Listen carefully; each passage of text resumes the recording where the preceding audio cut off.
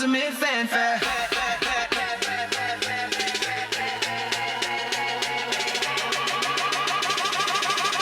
It's ultimate fanfare. What's going on, world, man? Welcome back to this week's episode of the PlayAction Podcast. We got Brandon Hill. You got my dog Colin. What's up, bro? Man, I'm doing good. I'm feeling good. Had a request actually for one of our viewers to talk about a particular thing, so we'll have a little breaking news before we get to the preseason. And the item is not actually the first thing. The first thing I want to talk about is actually the Lakers. Lakers just got sold for $12 billion. Bro, weren't they just valued at like half that just a few years ago? And $12 billion.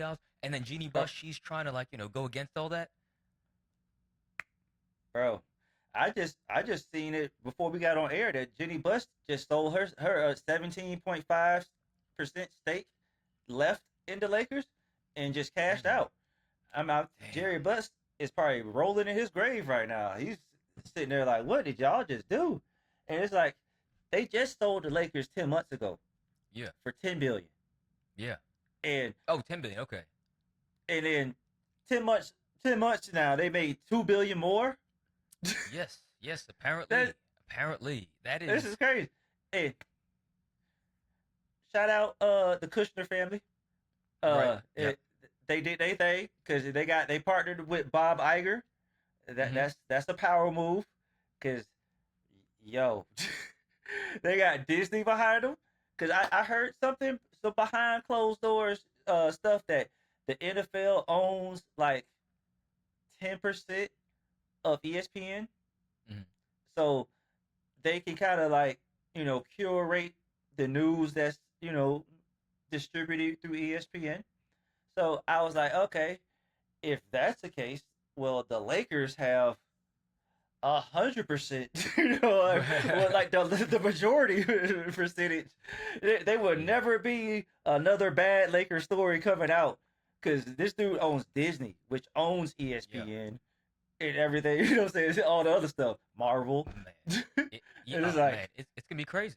It's gonna be crazy. But $12 billion. I mean, it's the Lakers. I guess it's the Lakers, but $12 billion. Hey, didn't the Celtics get sold recently, like a couple years ago? I don't know. Maybe I look that up. Cause I think they might have sold for like $4 or $5 billion, but I'm not sure. I just thought about that. I mean, shoot, the Lakers. What do they make? They make smiles, and it's $12 billion worth of smiles. That's I mean, you know what? Having Luka there, that helps. Of course, you got a nice young cornerstone, top 10 player in the arguably one of the biggest markets, if not the biggest market, not the most expensive franchise right now, of course, because I don't see James Dolan selling the Knicks anytime soon. But if he did, now would be the time to sell. But I think he'd only sell if he thought he can get more than the Lakers. And he not $12 billion. Come on now. Yeah. A year ago, they were sold last year. Boston Celtics were sold August 19th, 2025. For $6.1 billion. The Lakers doubled that. Damn. And those are the two storied franchises. Right. But I mean, obviously, the Lakers, the Los Angeles is the most desired city, more desired city to live in. Yes, absolutely. I mean, Sorry, Boston. You're in the Northeast, okay? Yeah, exactly. Yeah. You got Jack Nicklaus there. I mean, you have the who's who lineup at every single Laker game. Every Laker game, you got the who's who. And I don't know who. You got Mark Wahlberg going for the Celtics. And, I mean, there's a couple of stars up there, too. But not like L.A. Not like L.A. It's just crazy town, Crazy town.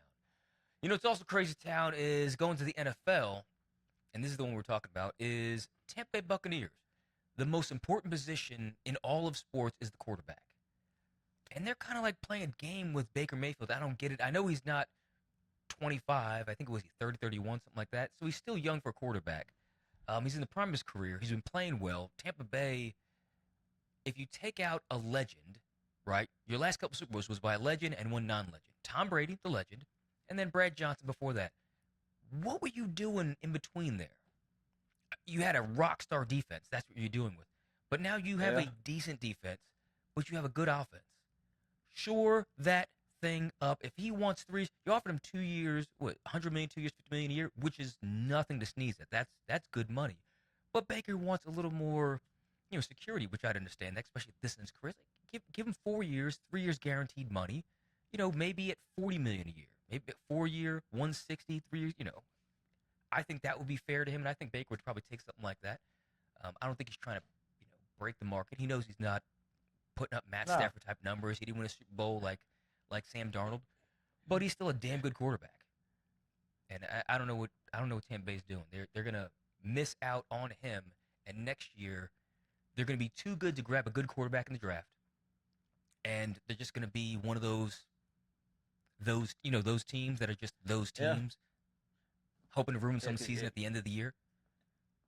If he decides to leave, we can't blame him. Yeah, and Baker, if he feels slighted, he will walk. And there are going to be teams that are going to want him. Pittsburgh Steelers come knocking because Aaron Rodgers said he's going to retire this season. So you're going to lose Baker to Pittsburgh because Baker will be like, sure, I'll go to Pittsburgh. He's a strong-arm guy. To me, he's a Pittsburgh guy. He's got good athleticism. Yeah. He's stout. He's a little short, but he's got a good arm. They got good weapons. They got a good defense. He has the personality. That part. For Pittsburgh, he fits Pittsburgh.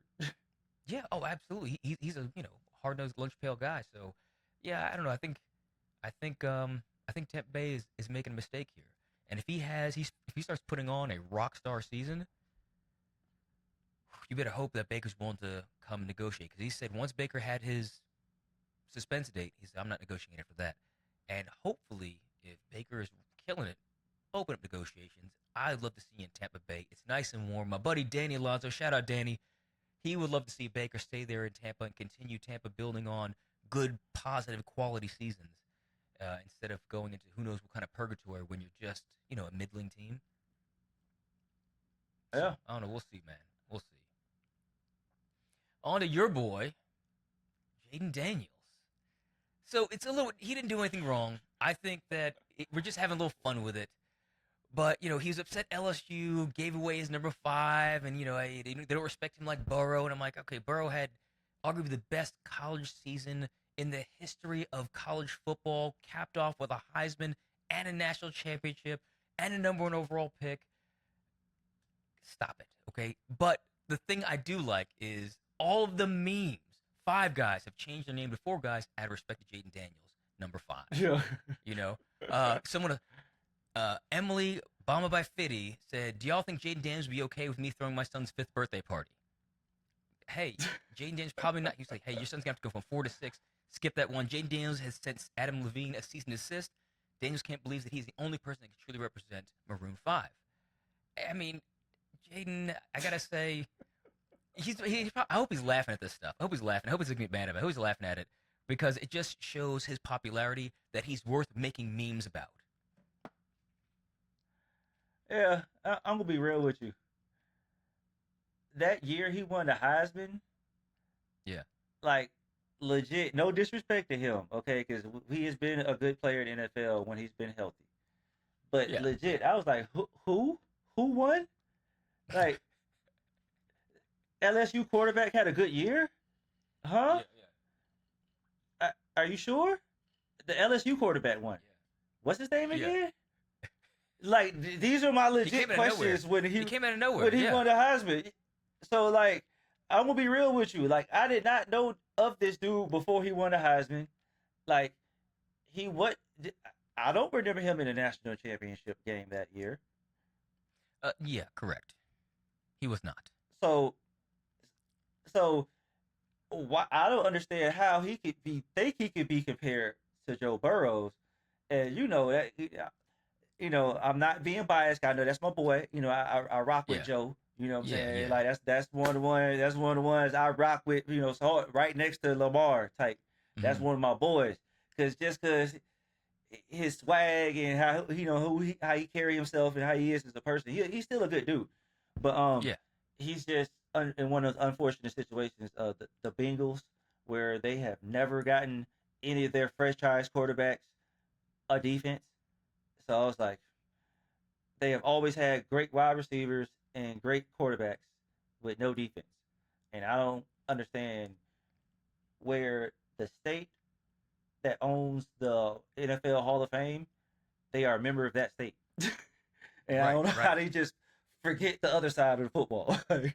Hey, Historically Bengal fans, Brandon's talking about the defense. We know Cincinnati's had good defensive players, right? Trey Hendrickson, they've had good defensive players. But as defense as a whole, Vontaze Burfict, I thought he was a good player. You had a bunch of good individual players for Cincinnati. But as a whole, the defense has not been complementary to the offense. Hey, bro. In any memory. You brought up Burfict. He was one of the dirtiest players in NFL, okay? He was one of the, dirty... he's the sole reason Antonio Brown has CTE right now. He is absolutely the sole reason. He knocked that dude out at least twice. I seen. Yeah. And I was like, bro, what? And I don't feel bad for him when Juju got him back later on in his career. And he cracked him. Yeah. And I don't think he ever really came back from that injury, fully. He was out the league shortly thereafter. And I was like, well, he lived his whole career making those type of hits. So, I mean, yeah, it's kind of poetic. He was dirty for the standards of the day, but I think he's just a violent player. He's a throwback player. He's a guy. He never really evolved to playing football as it evolved to more safe way. And he's just like, nah, I'm gonna continue to do what I do, and he did. And Cincinnati never really took. They could have benched him. They could have suspended him. They could have gave him some sort of fines or whatever it is to get him to change his way. But they never did. They liked the way he played. They like that for us. They like that fear people when you go across the middle. And I don't want the opposing team to feel okay coming across the middle. I want you to everyone to kind of tense up a little bit. And Vontaze Burfict, he made dudes tense up. I mean, I like big hits. I like to see them. The pad. As they say, the pads pop. You know what I'm saying? Mm-hmm. I like that sound. But like I said, he just had some horrific headshots to do. Yes. Shoulder, elbow, whatever to the head, and it's like, hey, yo, because I feel like in today's football, the players are making so much money, and they understand they are making this money, so they play hard football, but they are not out there to end other people's careers. Right. Back in the day, like you said, we grew up on that. Come across the middle, we gonna light you up every single time. And it's like, Sean Taylor, one of the hardest hitters I ever seen. He famously took out the punter in the Pro Bowl. It's what awesome. are you doing, bro? Awesome. Calm down. He was running a fake punt in the Pro Bowl by the sideline. You didn't need to do that. You could have just pushed him out. We don't have safeties he like lit that him anymore. up. Yeah. You remember Brian Dawkins? He was like that. Bob Sanders. Oh my God. He was like that. We don't have those safeties anymore that just come across the middle, and because they're like Burfict, he's gonna come kind of clodding around and hit you hard. Yeah. But he's not gonna come with the speed that Sean Taylor's coming at you at 20 miles an hour. Okay, he's gonna get 20 miles an hour missile coming to just unload 230 pounds into your chest. Bob Sanders. He played. I think someone was looking at the stats of Bob Sanders, and he had 4 full seasons and 3 Pro Bowls and 1 Defensive Player of the Year, something like that. It's some absurd amount of recognition in such a short amount of time because the way he played with such ferocity was. We don't have that anymore. I don't feel like we got that anymore. Yeah, we don't have Wolverine out there. Brian Dawkins, Yeah. Oh my God. Where he's just blast dudes, and then hearing the stories afterwards, and he'll hit somebody and just hallelujah, thank you Jesus, and it's you just got rocked, and you're hearing Bible verses and stuff, and it's what is going on? And it's he didn't curse, he didn't use any bad words, but like you see him coming out pregame, and then like the whirls and the noises coming out of this dude's mouth, it's like, yeah, that's one of those guys you let go crazy in the woods, and then like whoever's in the woods is gonna turn around, go the opposite way. They're like, what is that? Yeah. I don't want to be close to that. Freaking Weapon X over there, just taking dudes out. But yeah, that's one thing I do miss. I miss that kind of physical play. But it's a different league now, and I like the league we have today. I do like the league we have today. I mean, I miss the hits. we have players have longer careers now. Like you just said, they do. Bob Sanders played maybe 5-6 seasons. Like he literally knocked him. Like that's why like I kind of look at like Ryan Clark when he was on was talking about like he meeting what's called it Derrick Henry in the hole, and he was like, all right, bro, come on now, bro. He might be tackled, but don't. We saw you get knocked yourself out several times. Right. Like, yes. Oh yeah. Like you're not. Times. You know what I'm saying? You're not doing this. Like you just rocking dudes. I don't know if you've seen recently. What's the running back for the Steelers that hesitates when he ran? I can't think of his name. It's not Le'Veon Bell. Le'Veon Bell. See, he was talking. Le'Veon. He was telling a story like in camp when he first got there, and he was like OTAs and everybody like Ryan Clark was just chirping. And like on the sideline, the veterans, they don't got to participate in all the OTAs and all season. Right. So the rookies, he's doing his thing, and he was like, Ryan Clark was just chirping the whole time. You ain't gonna be do that with the ones in. You better stop that. You gonna get blown up. And it was like, all right. And then the first time training camp came, and they made up head up in the hole, and Le'Veon Bell said he laid Ryan Clark out, and it was like, damn, bro, Le'Veon led you out, and no disrespect to Le'Veon. Bell was a beast, but Derrick Henry is for sure rocking your world, bro. Like, like, he knows 30 pounds over Le'Veon Bell. Yeah, he's steamrolling this dude. So it's like, all right, bro, I no longer respect that clip of him talking about this. He's like you just said, like that ferocity, because he was one of them. Like Palomalu was one of them ones too. Yep. Palomalu, he used to stick people too. He was just known for the wild, crazy, instinctual plays and stuff. That like he was just, and we don't have players like that either. Like everybody's like plays their position like it's supposed to be played, and that's cool. But like that Palomalu, that X factor, that like he gonna take a gamble when he read a place a certain way, and like you seen him jump over the line and like mid air and sack the quarterback before. Like how do you know time snap the perfectly? snap count? Like yeah, and it's like because he had a running start. He had a running Yeah. start, and the quarterback never said, "Oh, let me change my cadence." Nope, snapped the ball right when he did. Like you said, Palomalu was diving over the line at the perfect time, which was insane. That's one of the greatest defensive plays I've ever seen. Ever. Yeah. I was like, how do you stop that? You don't. You don't. You don't. You just hope that he don't do it too many times against you. You know. And it's like, but we don't have players that have that freedom no more. Yeah, man, I want to say there's a few. I'm sure there's a few out there, but it's not like it was back in the day. It feels like back in the day, it felt like there was so much more free flowing. Like the players last who could just kind of pick their choose their spots. The last one was Honey Badger.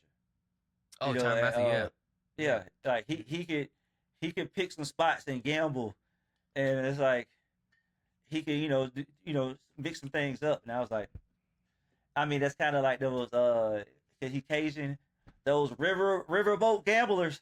You know what I'm saying? It's like they kind of let them get away with it type stuff, but because it works majority of the time.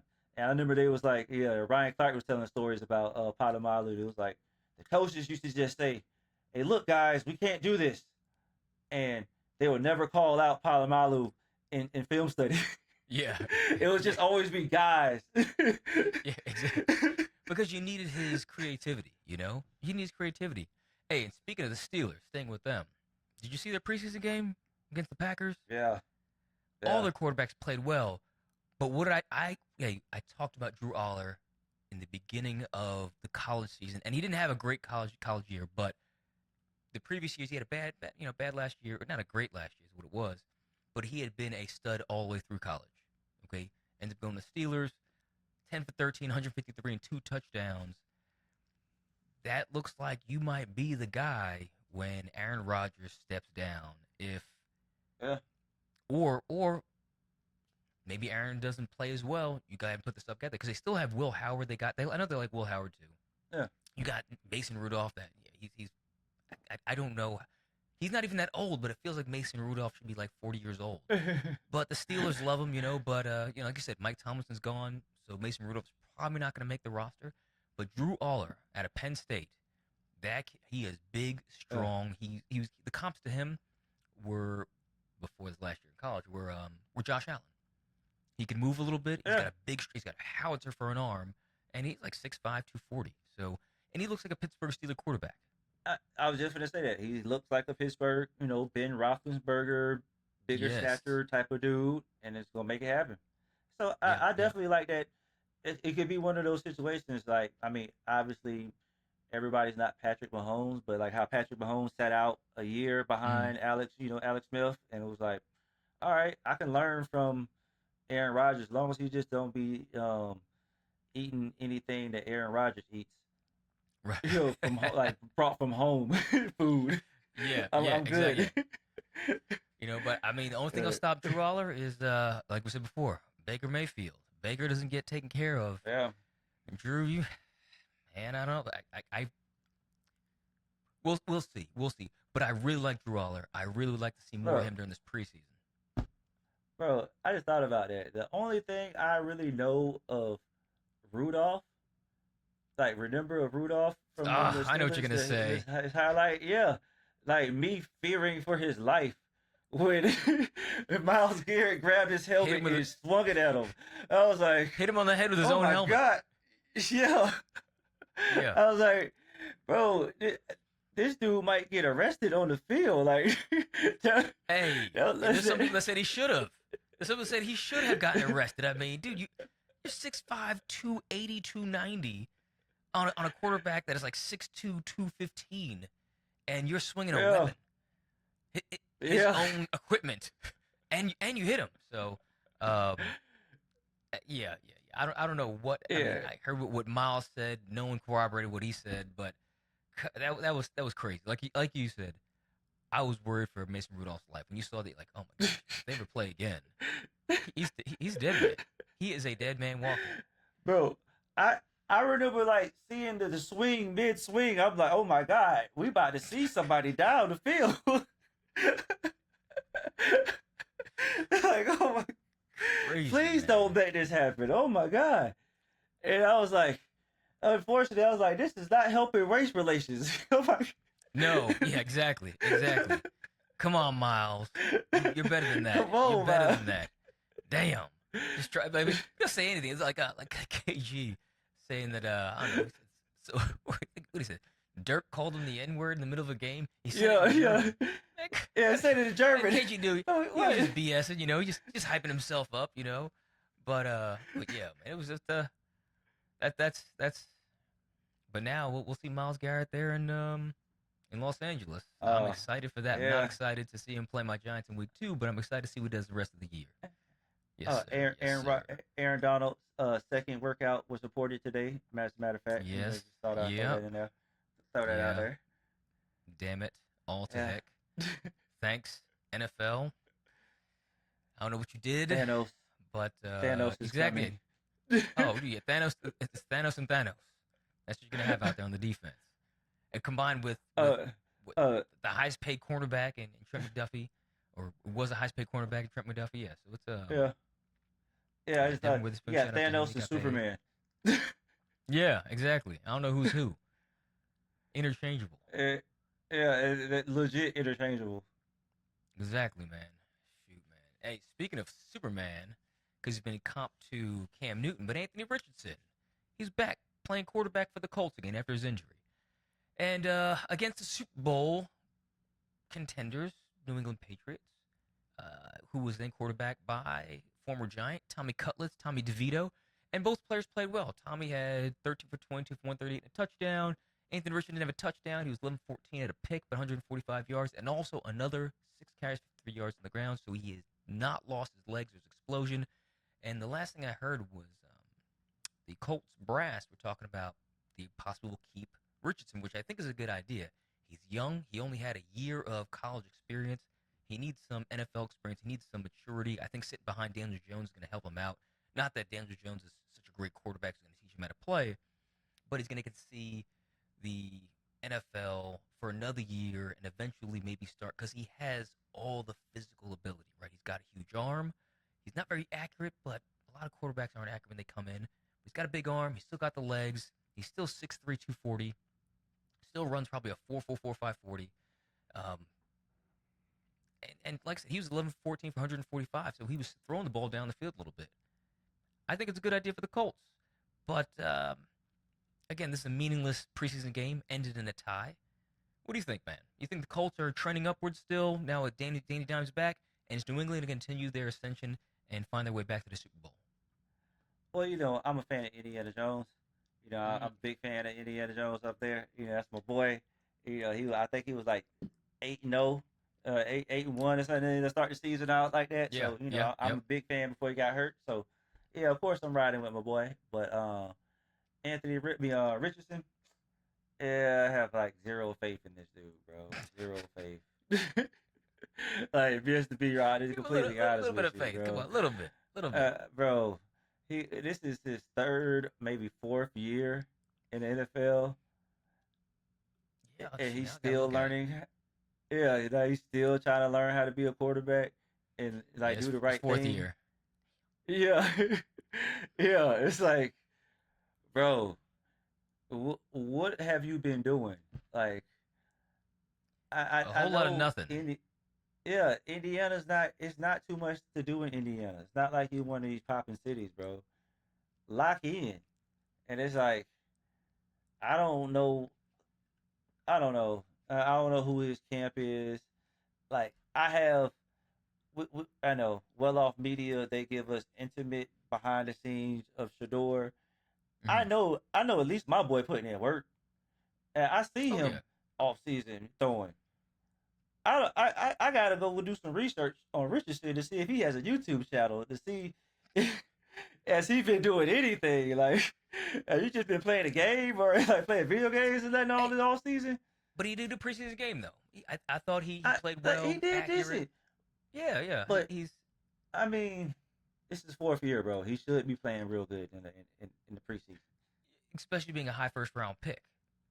Yeah, especially being a high first round pick. And knowing that your job is on the line. So I expect this, but it's like we've been disappointed before. That's all I'm saying. I'm just. Oh yeah, no. I fully expect to be disappointed, but I still want to be hopeful. I want to be hopeful because I think he's a good kid. He's really a good kid, bro. Side note, I know it's not on the thing, but I know you see our boy Kyler Murray just got the nod as a starter. Oh yeah, we're gonna be talking about the Cards next. Yeah. Yeah. Well, I mean, he's not with the Cards no more. He's with the Minnesota. Oh yeah, Vikings. That's right. Yeah. But it's like, he's another one that I have zero faith in. Like, zero faith in.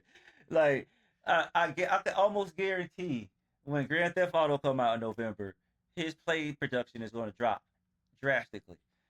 His production, I can see the numbers now. I already know. Like, zero faith. Richardson, I hope he makes the roster. I hope he doesn't have, because I don't know if anybody else will pick him up. I mean, I'm pretty sure somebody will pick him up on the practice squad or something. Yeah. But yeah. I mean, he's still young. He's 24 years old. He's fourth team in the league, and he's only 24 years old. He's younger than some rookie quarterbacks. Yeah, I get it, but he looked like he 34, but exactly he's 24. That's right.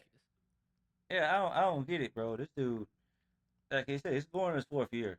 He has 0 touchdowns, 1 interception, and it's like, your pass percentage was, it's pretty good. He has some yards, but the jury's still out, but Oh, of but as course. the Patriots, yeah, but Patriots, Pats, variable. I rock with variable, so yeah, steady. I expect them to have a good season. I don't know about another Super Bowl run, but I expect them to have a decent season. I mean, our I guy mean, AG Brown's over there now, so I mean, I think yeah, they're gonna look good, especially if Drake May can like lock in, stay in the books, and listen to variable, he's gonna be fine, and the Patriots are gonna be fine. yeah. And I'm hoping they don't go back to the Super Bowl because I mean, bro, I mean I'm the just a hater. AFC is a gauntlet. I mean, the AFC is a Oh gauntlet, yeah. bro. So it's like, Well, maybe because is Mahomes going to come back to his superpowers again, right? Is Josh Allen going to take advantage this time? I'm betting against him now. I mean, I want to say that he's going to, but he should have done that last year and he didn't. He fell flat yeah, hard, you know. Seattle's coming back. They're going to still be a decent team for sure. There's other teams out there that are going to come and give him some I'm problems. just saying, like the AFC got Burrows, Lamar, Not worried about them. Not Josh worried about them at Allen, all. Hibbert. Um, Oddly worried about he- him. I'm Don't just know saying, why. like Yeah. they got some, saying some quarterbacks to go through. It's just like I don't know, the Patriots. Like I said, I'm pretty sure they're gonna make the playoffs. It's just I don't know if I see another Super Bowl run. I mean, it's possible. I hope the Patriots don't go on another dynasty. Right, yeah, but they're such a steady franchise. I mean, they like you were talking about this probably a couple months ago. You're saying how often do we see the Patriots just have some bad years, like a handful of bad years? They have like one Yeah. here and there. They'll have like one bad year, Them and the and Steelers that's it. are like right there. Like they're on like Yeah. those two teams are like the rock of the NFL. Like Yeah, they will absolutely. not have a bad too many bad seasons in a row. Yeah. I mean, one. They're gonna have one, and then they're gonna Yeah. figure it out and come and bounce back again and have another come back with a good year. It's bothersome. It's bothersome. But now I'm gonna talk about two bad teams, the Cardinals and the Raiders. Is there any hope for any of them? Jacoby Brissett, he held out.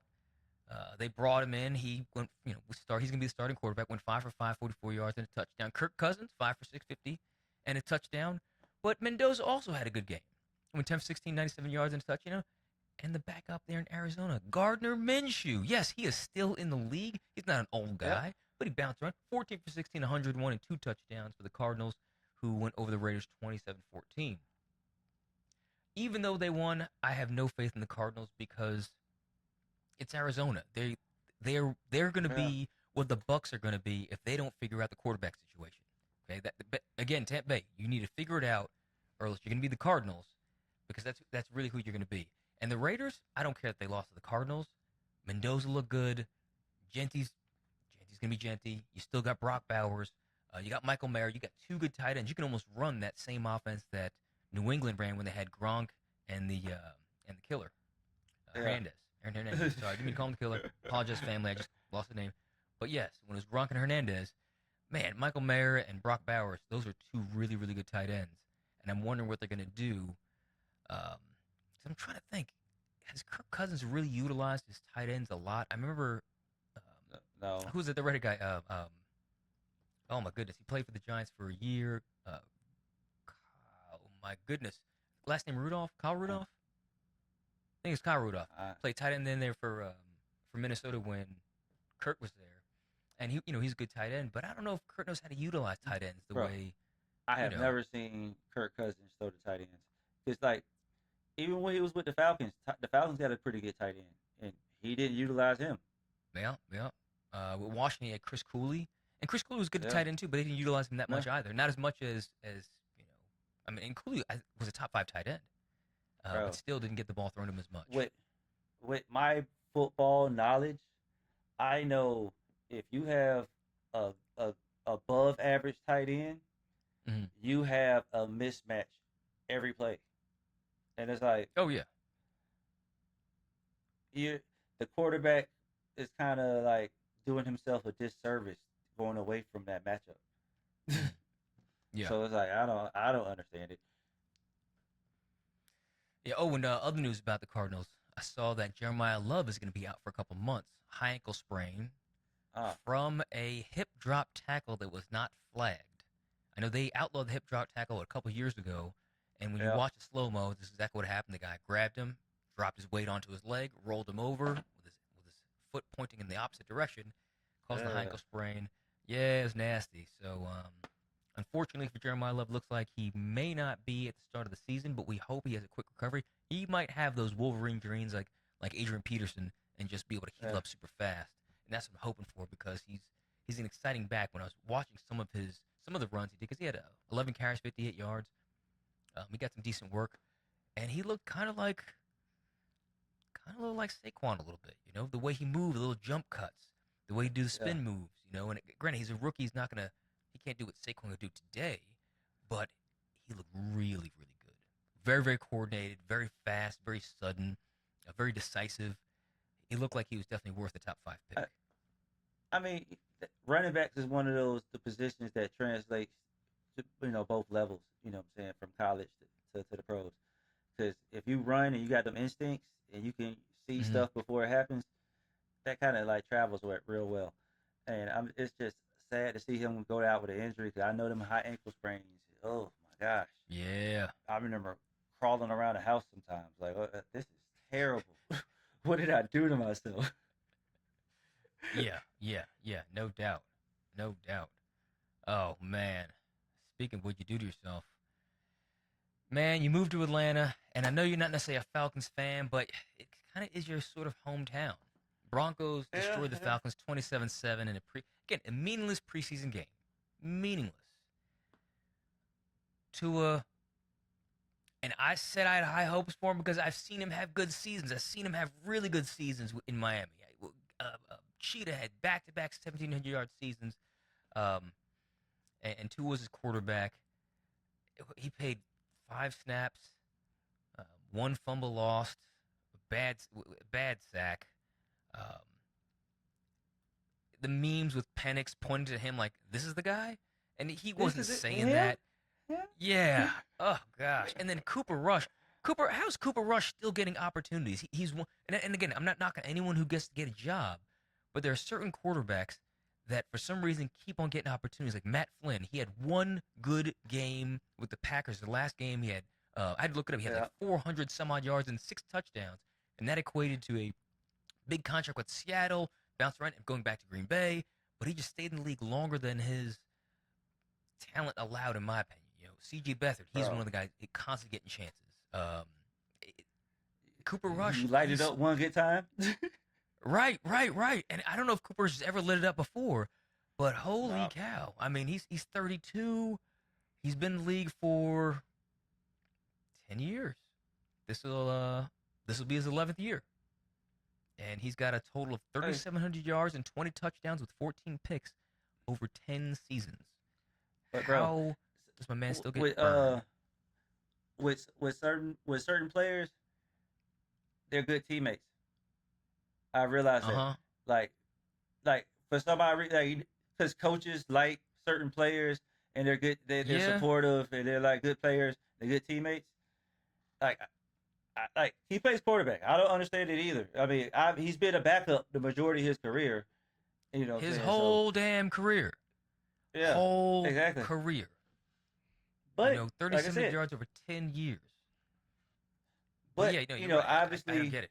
The coaches, they like I said, they see something in him, and he might prepare well, and help the other quarterbacks prepare well throughout the week, and that true. Yeah. But they put him in the game and he went 7 for 19 and 2 bad picks. One was a pick 6. You remember Udonis the nicest Haslam? guy who sucks. Remember Udonis Haslam? Yes, I remember how Udonis Haslam. He barely played. Yes. But I do remember his last game too, though. His last game, what he had, like 20, 30 points, something like that. Showed that he can still do it. They just kept feeding him the ball, and I get it, but this is the quarterback position. This is the most important position in arguably all of sports. I don't care how nice of a teammate you are. We need better play. Like with the Giants, watching their Brandon Allen come in as the third quarterback, I was like, holy cow, this is awful. This is some of the, but he is, I think he's Matt Nagy's guy, so he just goes wherever his coach goes. That's what I'm saying. And I think that's a bunch of nonsense. That's a bunch of nonsense. If you can't play, you shouldn't be on the roster getting money. Bro. If you want to be a coach, bring him on as a coach. You'd save millions of dollars if you bring him on as a coach, right? As a position coach or the assistant quarterback's coach, something like that. Bring him on like that if he's such a great teammate and a great coach. But you don't have him coming out there taking snaps from guys who you know are going to need those snaps. You know what I mean? Brandon Allen getting snaps from Jameis Winston, get out of here. Jameis Winston needs those snaps. And if not Jameis, then another quarterback who can play or who you trust to put in a game. Brandon Allen's not that guy to put in a game, and neither is Cooper Rush. Neither of those guys have ever shown any type of ability to lead a franchise. And it sounds, I'm about to say, it's not a knock against them, and it sounds one hell of a knock. However, it's a business. At the end of the day, it's a business. It's not, take your feelings out of it. As a fan, I put my feelings all the way into it. But as an analyst, got to take my feelings out of it. And, hey, they should not be on the roster. You got other younger options that can grow with the team. Yeah, because players get drafted every year. You know what I'm saying? Yeah. It's like every year. No matter every what. Year. So it's like. And then there's just many undrafted, right? Yeah. So he's taking somebody's spot. Yeah, exactly.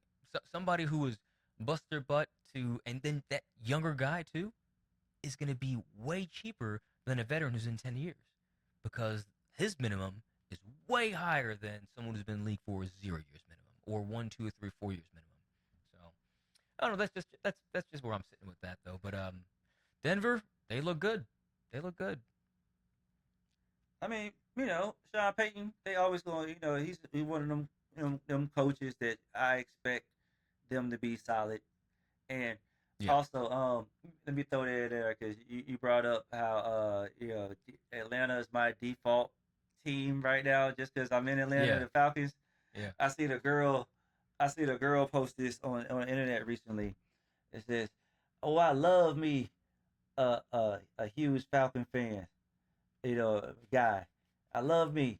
I love him. I love them. Bring your old delusional ass over here." You think?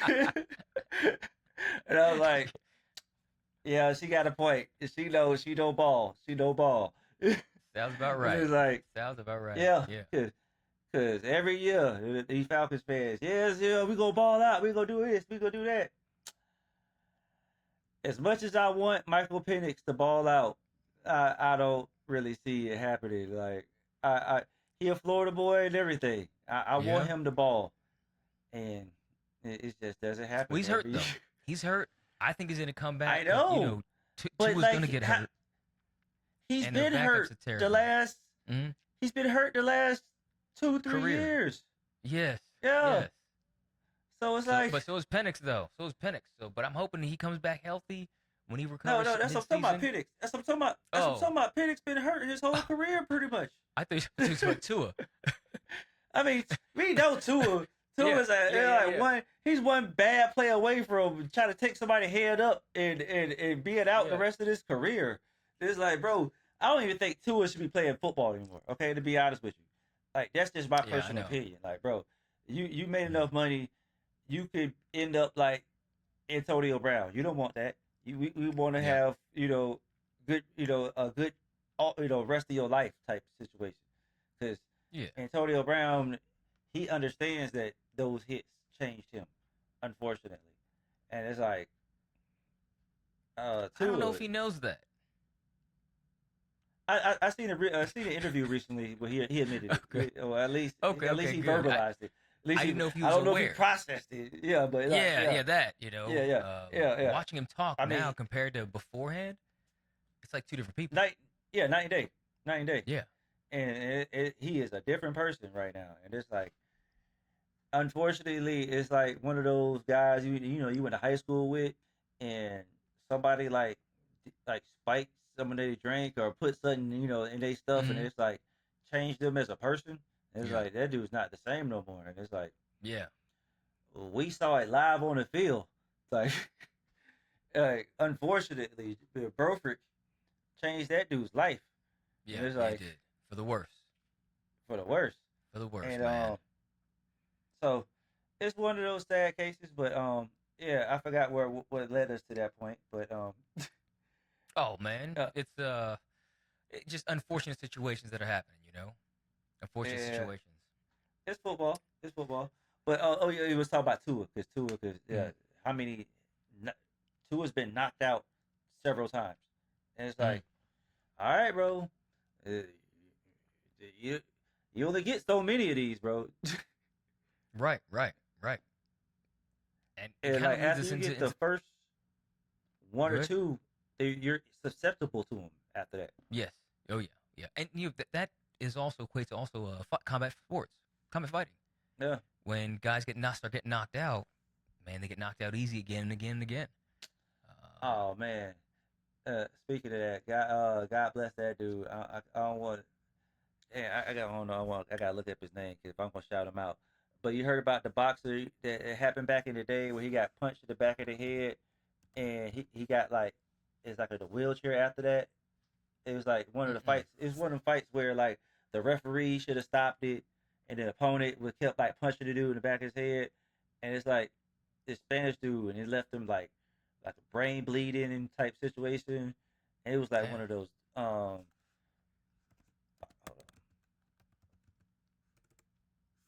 yeah. His name is um Pritchard. Yeah, Colin. He just passed away. Just like yeah, he just passed away. This yeah, Pritchard Colin. It was crazy. Born 1992. Young dude, still young. Damn, real young. Yeah. That's unfortunate. Yeah, like he was one of those like we looked at the referee and like the opponent like, bro, come on, bro, what you doing? And this dude, that's one of them like changed that dude's life after that fight. Yeah. And it's like you just said, combat sports, and it's like, yeah, bro, like we love John Bones Jones and Anderson Silva and said Izzy, and it's like, yeah, the boys putting their life on the line, bro. It's Every time, man. it was you seen that fighter that Mike Tyson's helped train, a young fighter. Oh yeah. He taught him that the peekaboo punch and That duck under, knocked that dude out. Yeah, knocked that dude out this past weekend. I was like, oh, he looking like he gonna be that real deal. But Quick it's and powerful. Exactly. But my buddy was like, yeah, you see Mike Tyson's son? And I was like, that's not his son. That's Not a son. He just looked like it could be his son. Yeah, looked like it, but it's not his son. I remember Mike Tyson famously told his son, he was like, his son came up to him, I want to be a fighter. I want to be a fighter, Dad. Mike Tyson like laughed at him, out loud laughed at him. Was like, bro, you go to private school, bro. You've been to Europe. You've been overseas and vacations and stuff, bro. You can't be no boxer, bro. No. You got to be an absolute savage. Yeah. It was like that's not the life for you. You don't want that life, son. Trust me. You got a Gucci backpack. It takes the exactly. It was like he just laughed in his son's face, like, no, bro. I did all that for you. Don't have to be a fighter, bro. No. Yeah, exactly. That's a good point. Man, I love Mike. I love Mike Tyson, man. I love Mike. You know what else I love? I love the Giants. And I love that the Giants' hopes are hinging on the health of Jaxson Dart. We're talking about head hits and concussions. First preseason game, first half, Jaxson Dart's back in the tent. Again, now no concussion. He had the wind knocked out of him. But holy cow, man, that's one thing that it's been talked on the entire offseason. Jaxson Dart's got to stay healthy. Jaxson Dart's got to stay healthy. Jaxson Dart's got to stay out of the tent. Jaxson Dart needs to protect himself. Jaxson Dart needs to learn how to slide, which he's been doing in practice. But Jaxson Dart also needs to depend on his running backs, Tyrone Tracy, to pick up. And it wasn't like you didn't know. You knew what your assignment was, and you lunged, missed. Dart's looking in the opposite direction and gets plowed over. It was a clean form tackle. people got upset about the hit. It was a clean form tackle, perfect. If you're gonna sack the quarterback, that's the way it should be. Got the wind knocked out of him. That's why he laid on the ground for a little bit. But holy cow, man! But Jackson Dart played well. Threw a touchdown to Malachi Fields. That was exciting. That's our 6'4" receiver that you want Lamar to get. Yep. James played well, but Brandon Allen, we talked about him earlier. You throw 8 passes, you have 2 nasty picks, bad picks, at a point where you have a chance of winning the game, a meaningless preseason game. But for you, Brandon, it is your job on the line, and it just it was a little bothersome.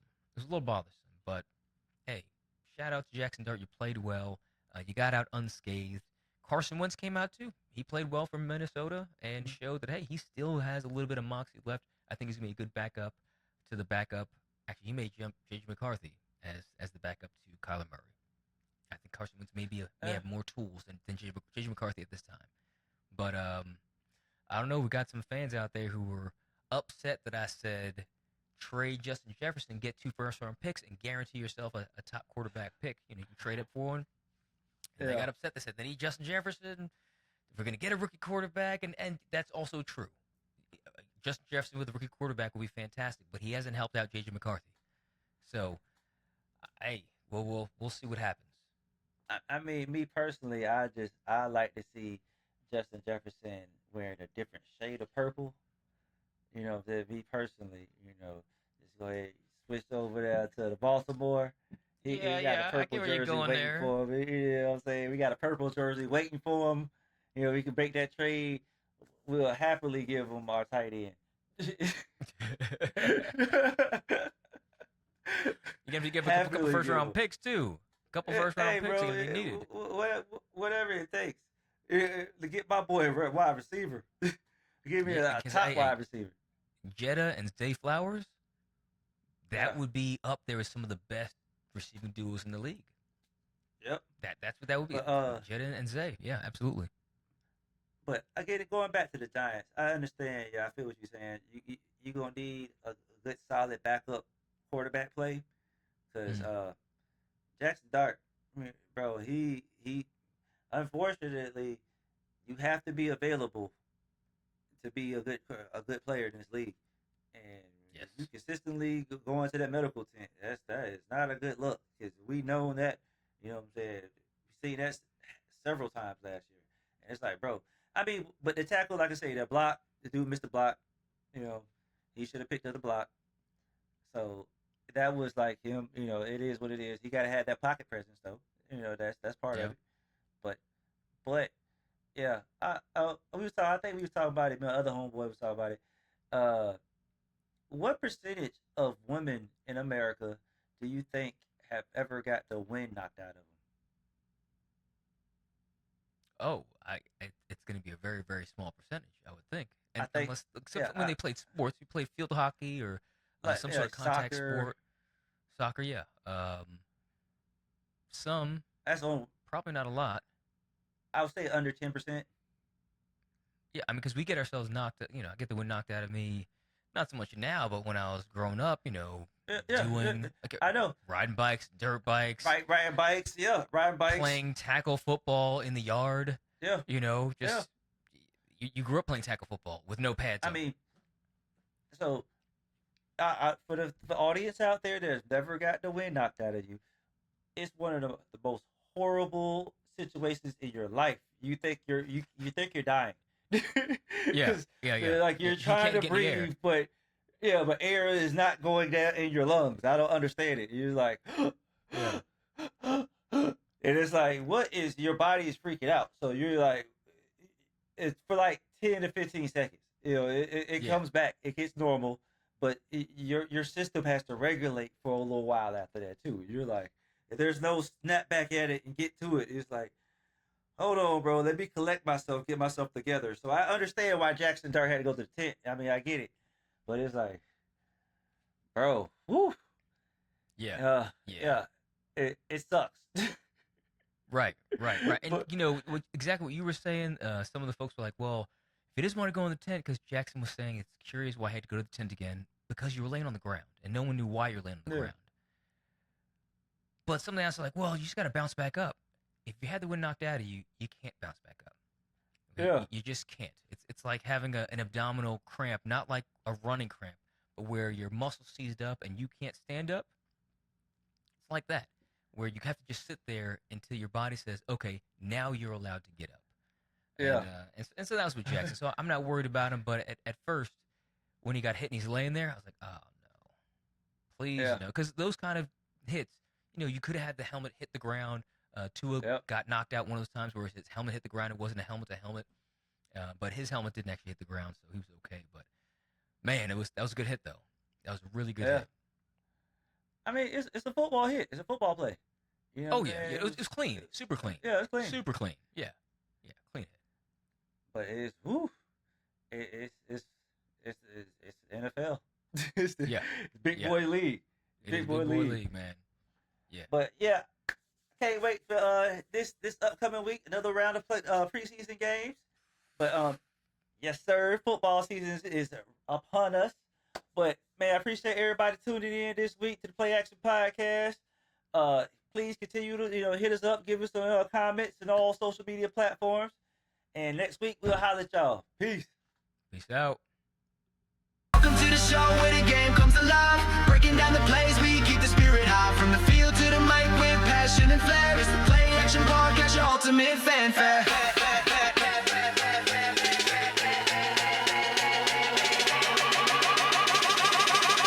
It's all some more fanfare.